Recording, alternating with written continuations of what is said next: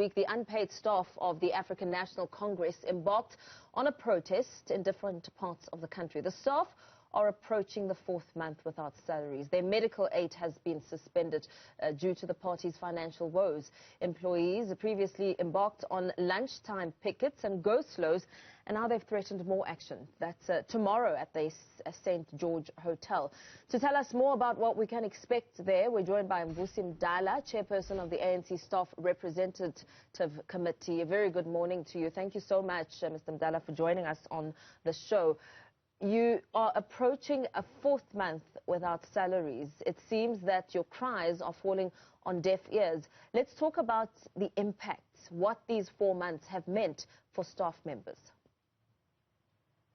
Good morning, Paul and the newsroom viewers. These 4 months without salaries have got a very harsh impact on our staff. As a result, some of them are staying in their houses without water or electricity because they've been cut off. And then others, their kids cannot go to school, and then it's during the exam time because they have been removed there as they cannot pay. And then also their bonds, services and loans are not being positioned to be paid. And also it's affecting the dignity of the staff members of the ANC. You must remember that the founding provisions of the ANC Constitution, of the Constitution of the Republic, talks about, is founded on the values of human dignity that must be respected and protected. Currently, we find that we are subjected to that as a staff of the ANC because our credit record is being eroded on a daily basis as we are unable to pay our creditors. As a result, we are going to be affected by this credit for a very long time to recover from that. It's a very negative impact. And then we want to remind the ANC leadership that we are a constitutional democracy. In this constitutional democracy, the supreme of the constitution and then the rule of law must be respected. The ANC is not exempted from that. We are worried about this behavior of the ANC because if it continues to treat us like this, if in these workers of the country and somewhere else can be subjected to the same conditions as we are, that will mean that the ANC cannot speak with moral authority to address that. You speak about leadership. During the local government election week, Newzroom Afrika spoke to ANC Treasurer General Paul Mashatile, and within that week he assured us that the matter is being dealt with and staff salaries will indeed be paid. What's happened since then, and what does this now speak to in terms of the backdoor, behind-the-scenes conversations around the salary issue with leadership? It is unfortunate that the Treasurer General of the ANC speaks to the media, don't come to address the staff on this matter. We have requested the leadership of the ANC, the TG, to put it in writing that is commit that these salaries are going to be paid, and then is continuously coming with plans that are not concrete, that we continuously reject. Even now, we don't believe anything that is saying, because if what he's saying is true, why is reluctant to commit in writing? So what are you planning? I mean, you've been picketing for a while, you've had go-slows, and tomorrow you are going to take your fight outside the St. George Hotel. We'll take the fight there tomorrow, as I indicated earlier on, that to remind the leadership of the ANC that they cannot continue to treat us like this. Beyond tomorrow, fortunately on Friday, the leadership of the ANC have signed a recognition agreement with our union that we have joined as a majority staff members of the ANC. As from Monday moving forward, our struggle is going to be taken by the Nehau leadership. And then also they've clearly indicated also to us that very soon that they will be filing papers at the High Court because the conduct of the ANC leadership is unlawful. You'll be joining a union. This is the first time, and are you now saying that the timing and the circumstances have forced you into joining a union? Yes, circumstances has forced us because we have realized that addressing this issue in a comradeship is not assisting. Therefore, we must be guided by the Labour Relations Act of this country and other labour laws, basic conditions of employment that are being continuously violated by the ANC. Therefore, we are not workers who are different from any other. We are also subjected to the very same laws. Therefore, that's why we have joined the union. We are the very first staff of any political party or organization in the country, even union members themselves, to join a union, whereas working for a progressive liberation movement. And what are some of the demands that you're also putting forward, besides the desperation to be paid a salary because you go to work every day? But what are some of the other conditions that you'd like to see met?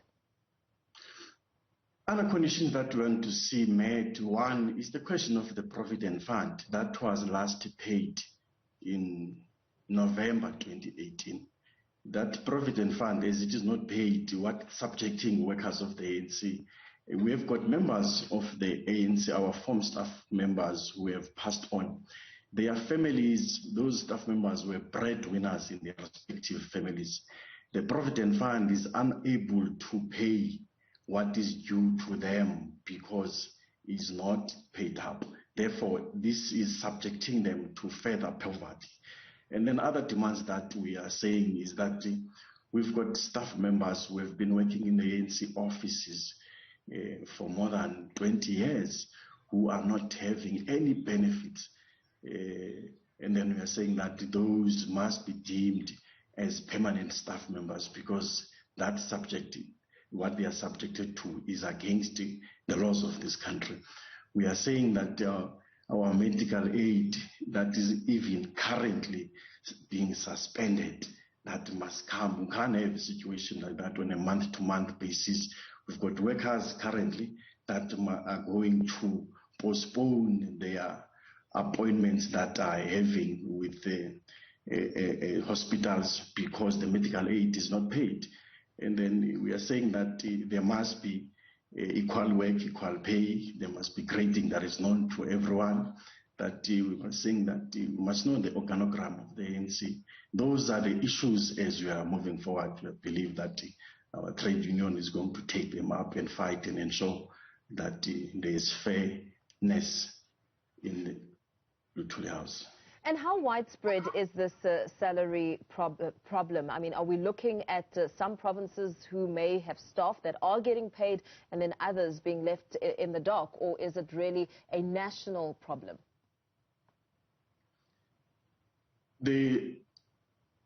This issue is not a national problem because only 3 provinces, it's Free State in the Western Cape, is Luthuli House, and then other provinces staff are paid their salaries, but also they are subjected to the same unfair labor practices as everyone else in the country.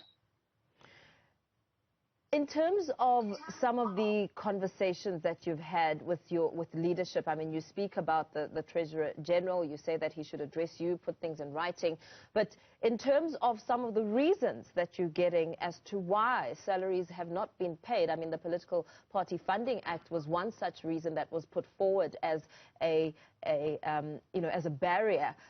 Are you understanding that conversation, or is there some level of understanding when it comes to why you haven't been paid your salaries?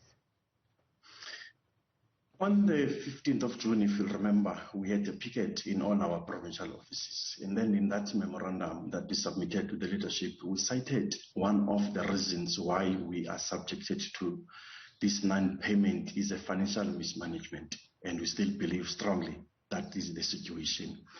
Yes, there is a Party Funding Act that was signed into law by the 1st of April. What surprised us is that the act was effective on the 1st of April. On the 25th of April, the employer couldn't pay our salaries. it says only one thing, that poor planning, because how do you sign an act? Because the ANC is the majority party in parliament. Any act that it passes, it cannot within 2 months or 1 month affect it negatively. And therefore, we don't understand the reasoning and the rationale and the rushing of signing this into law when you have not prepared to ensure that you don't suffer the consequences of the very same law that you have signed. And therefore, we don't buy that story that there is no money, is only because of the party funding.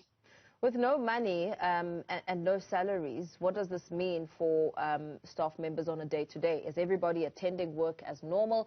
Have any sort of other measures been made to meet staff members halfway in terms of alternatives like transport, for instance? Some are attending to work, some are not. But what is disturbing in this whole process, and we have seen it also during the election, very disturbing, that you've got an employer that asks you to come to work, and then you say you don't have money to come to work, and then he's going to give you money to come to work, and then give you money to come to work. Before you can be productive, before you can engage in politics, you must eat, you must have shelter. It's disturbing that they prioritize transport money to come to work, to sell your labor, not worried about what is your family eating, what is your family. You must wash before you go to work. How do you heat the water if you don't have electricity? We are saying that that behavior is extremely worrying us, that tendency of leadership in doing that and the management. If the ANC was able, I mean, when the local government elections took place, we didn't see many billboards on the streets because, of course, that cited some of the financial constraints. But weeks in, or a few days in, we started seeing those posters. We started seeing a full campaign, which shows that the ANC was indeed able to raise those funds. If it was able to raise those funds, then have you posed the question as to why it's unable to raise funds to pay staff? Unfortunately, we have not been given an opportunity in post-elections to meet and discuss the matter, because we are convinced that money can be raised. If there can be political will, money can be raised. But it's not being raised because you've got leadership that does not care.